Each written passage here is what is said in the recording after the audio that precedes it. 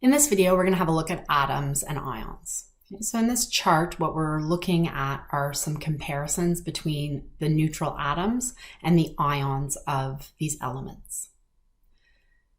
Remember that a neutral atom has no charge. So what that means is that the amount of positive and the negative charge within the atom needs to be the same. An ion is defined as a charged particle, and so it will have either a positive or negative charge. So let's first explore the elements that we have on the left-hand side. So we've got lithium, okay? And what we've done here is we've counted or shown the count for the protons, electrons, and neutrons within the lithium atom. So in lithium, there are 3 protons, 4 neutrons, and 3 electrons. Now you can see from this data here that the protons and the neutrons in the ion of lithium, which is Li+1, are the same. And this is really important. We talked about how a proton really gives the identity of an atom, so we can't change the number of protons when we form an ion. What we can do is change the number of electrons. So in this case, we've gone from 3 to 2. So what's happened here is we've lost 1 electron to form this lithium ion of Li2+. If we look down this column here with all of these positively charged ions, we have a similar scenario. So in each case, the protons and the neutrons are the same in both the atom and the ion. But in all cases, we have lost electrons. So with magnesium, it lost 2 electrons, and aluminum, it lost 3 electrons. Now, these positively charged ions are also called cations. Okay? And you might notice that the examples that I'm showing you are all metals. So metals typically form cations or positively charged ions by losing electrons.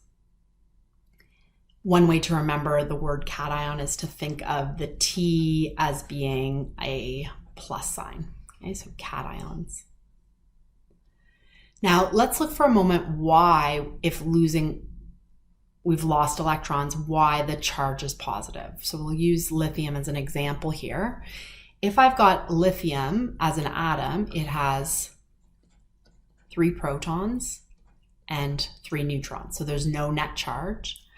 But if I take away an electron, just 1, I now have a net charge of +1. Okay? And so the same is true for magnesium. If I take away 2 electrons, so if I have 12 protons and 12 electrons, but I change this to 10, now I have a net charge of 2+. Because I have 2 more protons, which are positively charged, than I do electrons, which are negatively charged. Okay, we can have the same discussion for aluminum. Now we'll come back to our anions, or our negatively charged ions, in a moment. Let's look at the periodic table and how we decided, why does magnesium lose 2 electrons and aluminum 3, whereas lithium only lost 1? What I've done here is put a reminder labeling the number of valence electrons of the elements in the different groups in the periodic table, which we've looked at in previous lessons. So group 1, they all have 1 valence electron. Group 2, they have 2. And group 3, they have 3. At the moment, we're focused on the elements that form positively charged ions or cations, and those tend to be our metals. Okay, so metals tend to lose their valence electrons, and the ultimate goal here in losing their electrons is to become something, a particle, that is more stable than it was before.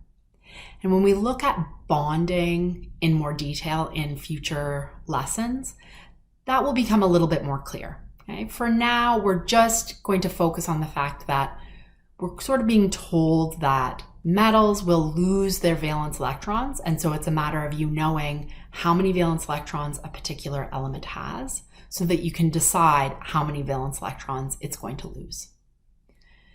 And the beauty of the periodic table is that it's organized by valence electrons. So we can see here lithium has one valence electron, and that is the one valence electron that it lost to form Li+.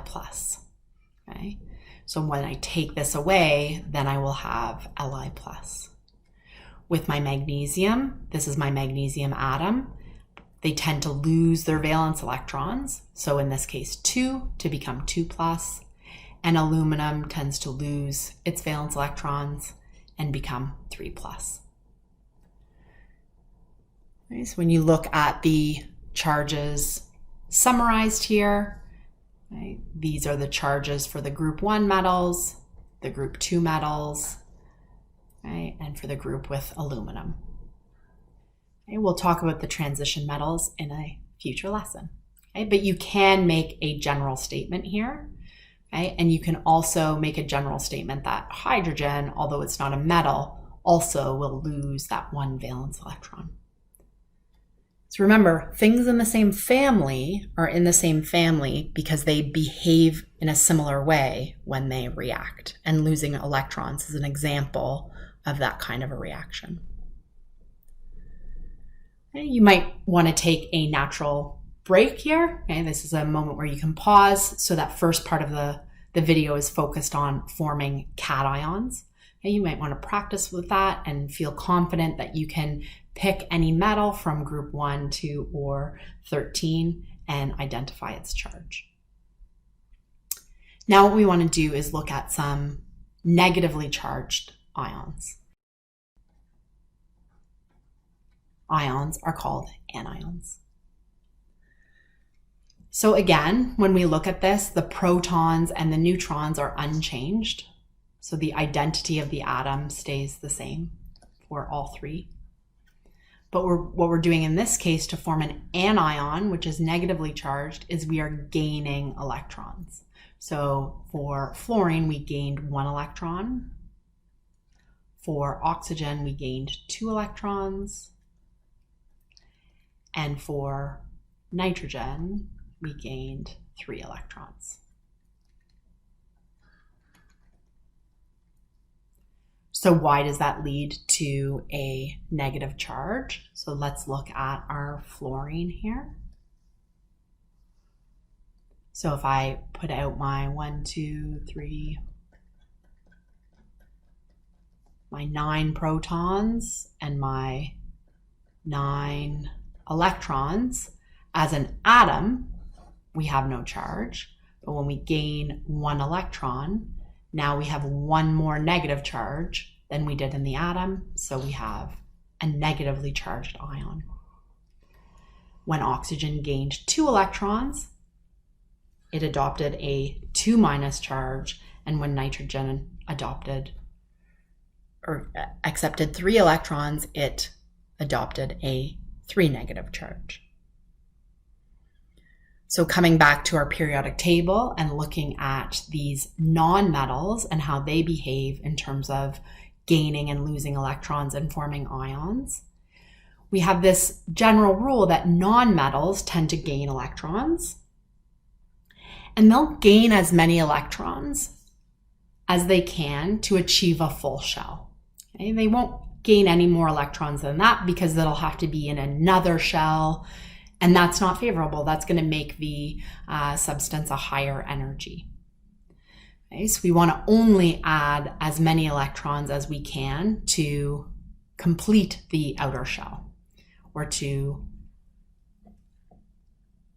essentially achieve 8 in the valence shell. So with nitrogen, it had 5 electrons in its valence shell, so that's why we added 3 electrons to it. Whereas with oxygen, we've added 2 electrons to bring it to 8, and fluorine, we added 1 electron to bring it to 8.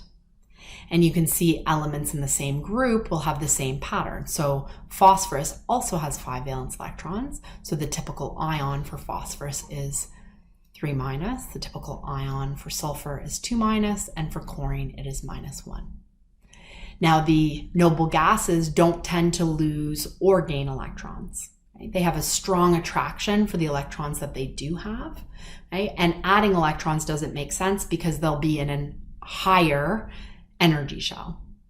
Okay? And we look at that in a little bit more detail later on in this course, a little bit more with the theory and having some evidence to back up that idea that they have a strong hold or attraction for the electrons that they do have relative to the other atoms.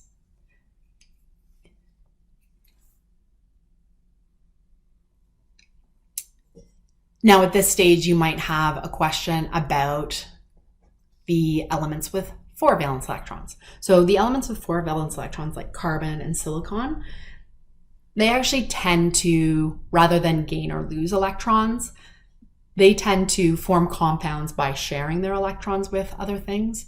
You will see from time to time a carbide, for example, where carbon has lost 4 electrons. Okay. If you stay focused on the other ones, that would come up as more of a small application. Okay, so not to worry. You'll never be forced to decide if it's going to gain or lose. Okay, for you at this stage, you want to keep in mind that metals tend to lose their electrons to become positively charged cations, and non-metals tend to gain electrons to become negatively charged anions, and the noble gases don't tend to gain or lose electrons. Now this little summary page or summary table here shows you the key charges to remember. Okay? One way to think about this is to kind of consider a number line, okay, where our noble gases are our 0 point. And when we go to the left, we have -1, -2, -3.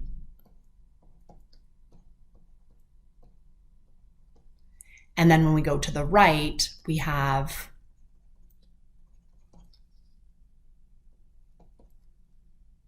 +1, +2, and 3+.